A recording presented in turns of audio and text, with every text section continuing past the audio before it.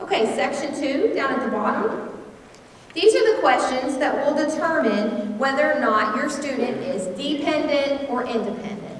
If they're dependent, they have to provide parental data on the FAFSA. If they're independent, parent data is completely excluded. So you see them listed on the FAFSA. I mean, the first one, I was born before January 1st, 1987. So how old do you have to be in order to be independent? Can anybody do the math? 23 or 24, depending on the birthday. And a lot of students think, wow, when I turn 18, I'm independent.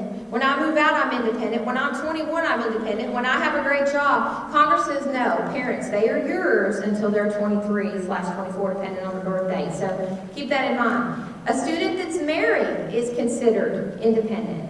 I don't recommend students go out and suddenly become married just to become independent. But that's an option if a student is married. If a student is working on a master's program or a doctorate, maybe they've completed their bachelor's degree and they're only 21, they can mark that, they're automatically considered independent. If they're serving on active duty or they're a veteran, they're independent. Maybe the student has a child and they're providing over half of that child's support. So if the student has a child and the student is paying for the Pampers and the formula, then that student can be counted. But if mom and dad are paying for the Pampers and the formula, that student can't answer yes to that question. Then there's some really unique situations here, like both parents are deceased, or the student was in foster care, or maybe the student has other dependents, like they're taking care of younger siblings and their parents are out of the picture, or they're in legal guardianship.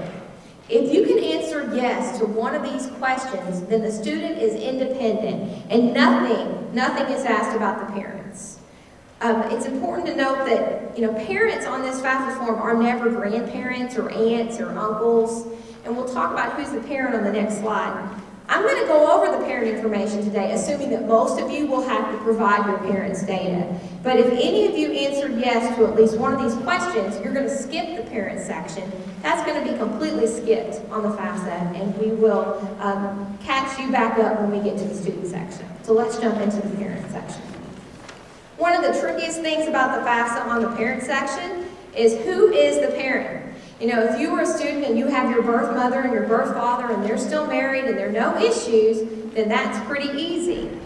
Very easy there on parents. But if you're in a situation of a divorced parent or a separated parent or remarried, we want to make sure that you get the right parent on that form.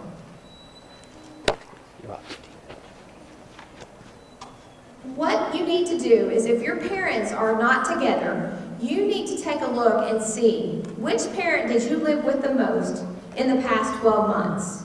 And that's the parent that you're going to file the FAFSA. That's going to be your parent. So let's just say my parents got divorced when I was very little, and I grew up living with my mom. I'm going to file the FAFSA based on my mom's information.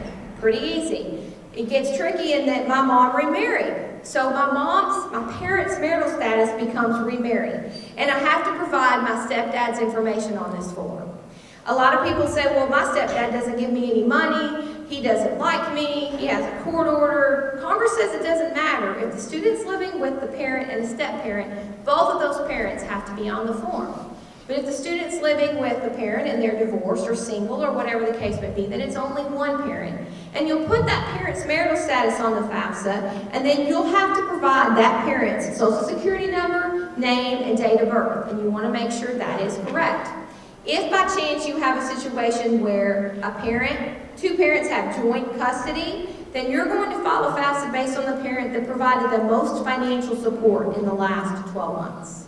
Okay, so hopefully all of you know who the parent is now.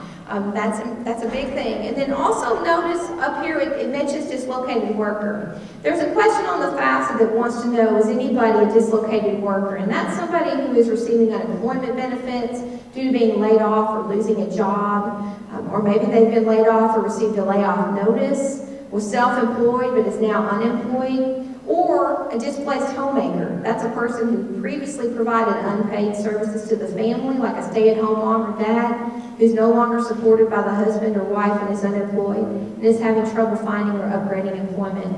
They ask you that question on the FAFSA, and if you can answer yes to that, that will affect what you're going to have to answer later on. You might not have to answer some of the questions on your family's assets, which is nice, But important as you go through this, you're going to find that question and you don't want to miss out. So if you need to know what that is again, make sure you come up and see us or ask us that question.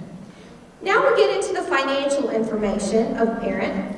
And the first question, did you file or will you file an income tax return? You think that's a pretty easy question. If you've already filed, which is what I'd recommend you doing as early as possible, you mark I've already filed, and then you're going to transfer your tax return information straight onto the FAFSA. But maybe you haven't filed yet, you know you're going to file, you just mark I will file. Or maybe you don't even have to file a tax return, so you're just marked there, my parents aren't going to file. On the form, they ask you specifically for the student's adjusted gross income. Now that's the number that's at the bottom of the first page of the tax return. If you're a 1040, you'll see they even give you the line number. It's line 37. If it's a 1040A, it's line 21. If it's a 1040EZ, it's line 4. So they ask you that question so that you don't miss out on that, and it's easy because it's right there. And that's why I say it's so much better to have the tax return already completed. They also then ask you, how much did your parents earn from working in 2009? And you may think, well, that was just in the adjusted gross income. Why are they asking me this again? Well, if parents work, both parents in the household work, there's a little break in the formula because Congress assumes if both parents are working, you're probably eating out more. You may have other expenses associated with your household like dry cleaner, maybe even a housekeeper. I always think that's a funny one. So they give you a break if both parents are working.